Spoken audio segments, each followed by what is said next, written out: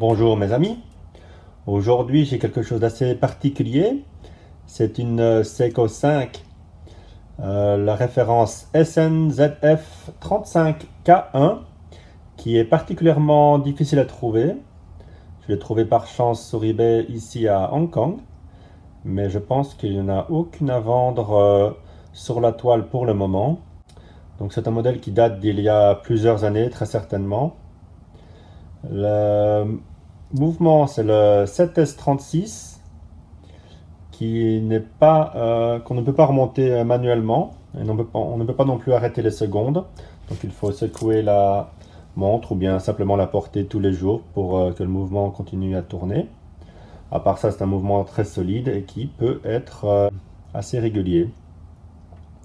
Donc de toute évidence ici, la montre rappelle le design de Gerald Genta, fait pour IWC, pour le modèle ingénieur.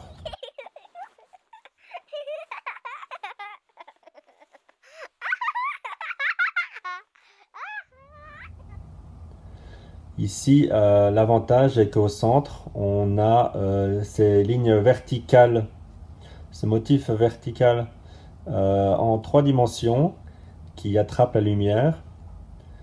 Autour du centre, on a une espèce de disque.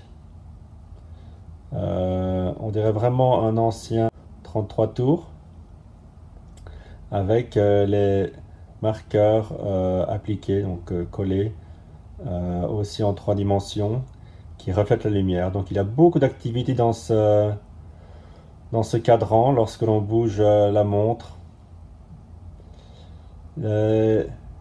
Les indicateurs de l'heure et de minutes sont très beaux aussi, très simples, en forme de sabre.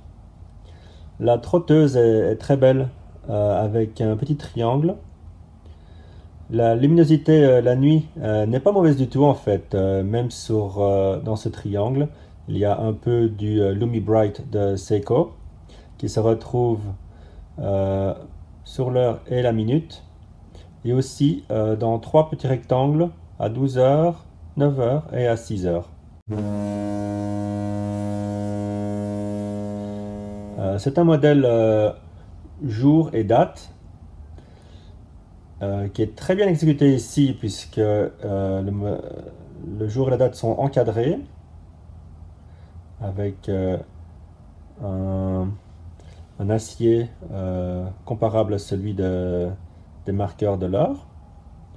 Alors ici, il y a bizarrement un chiffre romain 3, c'est parce qu'on est mercredi, et en fait on peut choisir soit entre la journée en anglais ou bien les chiffres romains.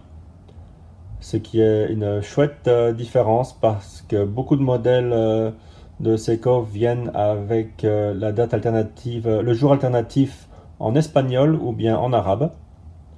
Donc c'est chouette d'avoir ces chiffres romains, et je trouve on retrouve ça dans plusieurs modèles Seiko 5 d'antan, disons des années 90 ou les années 2000. Donc évidemment, cette montre est un peu plus ancienne, mais en fait je l'ai achetée neuve. Il a juste un tout petit peu de saleté et la boucle ici est un petit peu endommagée. Alors le logo Seiko 5 est très beau ici, il est également collé, alors que les inscriptions dans le bas sont imprimées avec un bel effet lorsqu'on bouge le cadran. La montre ne résiste qu'à 50 mètres, donc il ne faut pas la mettre dans l'eau, mais c'est ok, disons, pour se laver les mains. Alors, on continue le tour du cadran avec l'indication des minutes ou des secondes autour.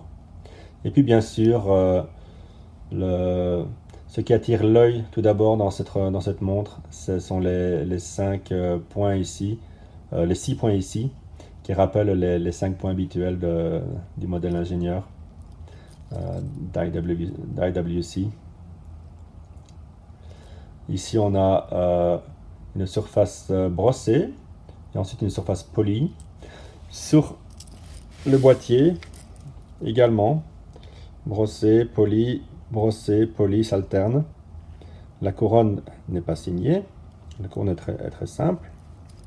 Donc en parlant de la couronne, en première position, on peut changer en tournant vers le bas les jours, en tournant vers le haut la date, et en deuxième position, on peut changer l'heure. Retournons la montre. Vous pouvez voir ici le mécanisme 7S36 avec le rotor, je ne sais pas comment on dit ça en français, le rotor, qui bouge dans les deux directions. Passons au bracelet. C'est pas la grande qualité, mais il remplit son rôle avec une surface polie au centre qui rappelle les surfaces polies du boîtier. Donc c'est pas mal. On pourrait sans doute le changer avec un autre bracelet de 20 mm. Les liens ici ne sont pas pleins, donc c'est pas la grande qualité. Mais il n'y a pas de problème en fait pour le refermer. Voilà. Et il s'ouvre avec deux boutons sans aucun problème. La montre est très fine en fait, elle ne fait que 11 mm, ce qui est assez rare. Et le Hardlex, donc le cristal utilisé par Seiko, est complètement plat au-dessus et bien sûr en dessous aussi. Donc cette montre en fait ne fait que 38 mm de diamètre, mais a l'air un peu plus grande en raison de son design. Donc elle est parfaite pour mon poignet de 17 cm de circonférence. J'étais vraiment étonné. Et elle a un certain poids sans être trop lourd, donc c'est vraiment agréable. On a une impression de qualité avec cette Seiko qu'on ne retrouve pas nécessairement dans toutes les Seiko 5. Donc vraiment une très chouette montre et une façon abordable d'avoir un design classique.